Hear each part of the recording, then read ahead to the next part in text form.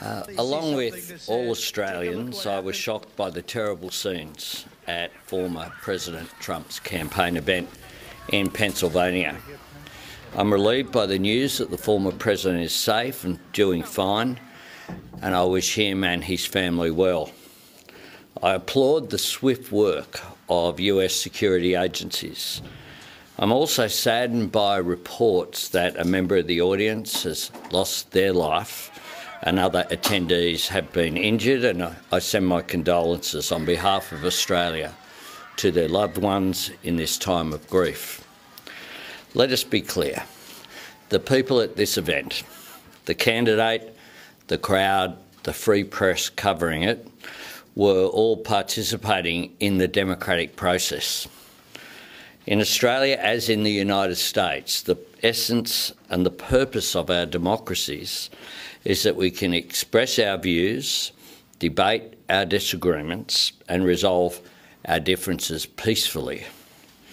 We do so with respect for each other and in the spirit of a shared love of our country. Any act of violence is an affront to that and must be condemned unequivocally. This was an inexcusable attack on the democratic values that Australians and Americans share and the freedom that we treasure. These values are ones that unite our two countries. It's the basis of our alliance, is those shared values between our peoples as great democratic nations.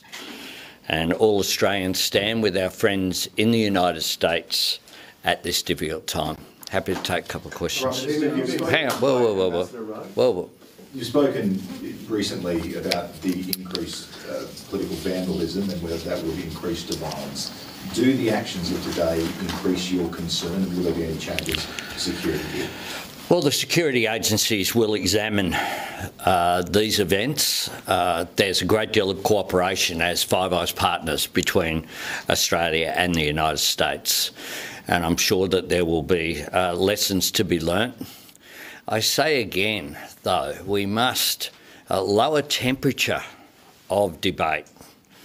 There is nothing to be served by some of the escalation of rhetoric that we see in some of our political debate, political discourse in the democratic world.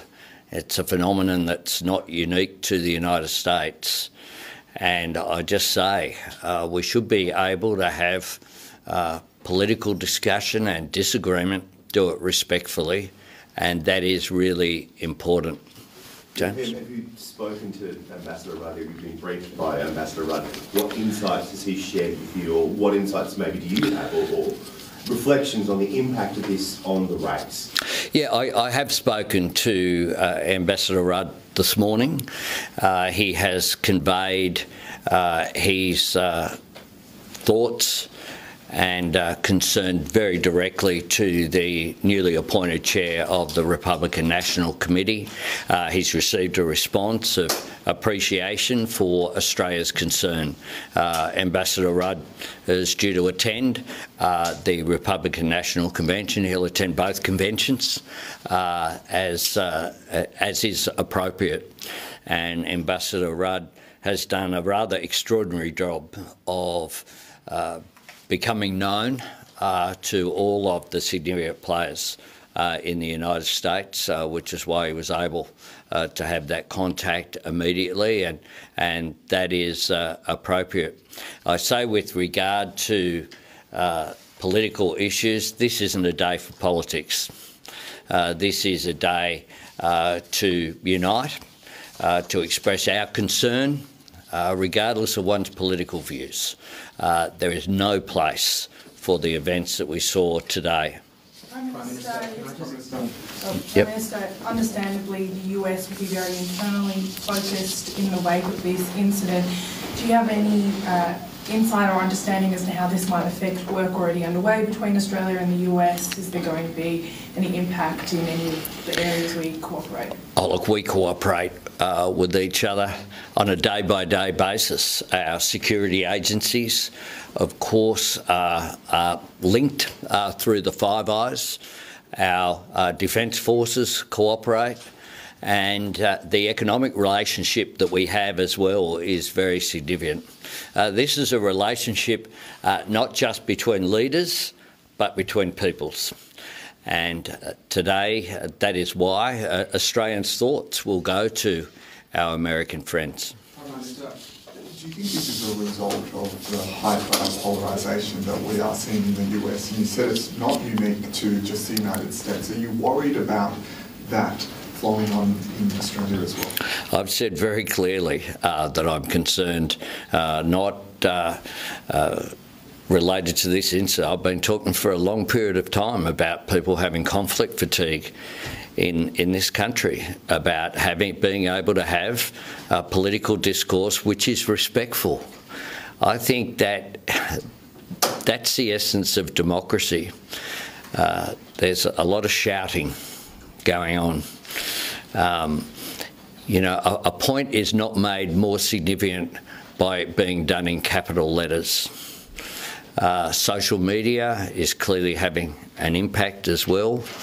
And, you know, there's still much that we don't know about the incident, can I say this? And there's nothing to be gained from speculating. We don't know motives, all of these issues. So I do urge, one of the things I urge everyone to do is to exercise caution when reading unverified reports of the events and to seek out credible news sources. We all need to be on guard against those seeking to use misinformation to create division. And this is a time for unity, it's a time for calm. It's a time for allowing the authorities in the United States to do their jobs. Prime Minister, a few weeks ago, experts warned a parliamentary committee into right-wing extremism movements that election-related violence in the US could have implications here in Australia. What exactly is your government doing to address that issue, and are you confident in the protocols that are in place for MP safety, given the heightened threats? Well, we continue to monitor these issues. I've expressed my concern that people who just dismiss actions outside electorate offices, these things can escalate, which is why they need to be called out unequivocally and opposed. The sort of incidents that we've seen outside some electorate offices are inappropriate. People can express their views democratically, whether that be in favour of issues or against issues. We have peaceful demonstrations are fine. Some of the incidents that we've seen certainly are not. They've crossed the line. Prime Minister.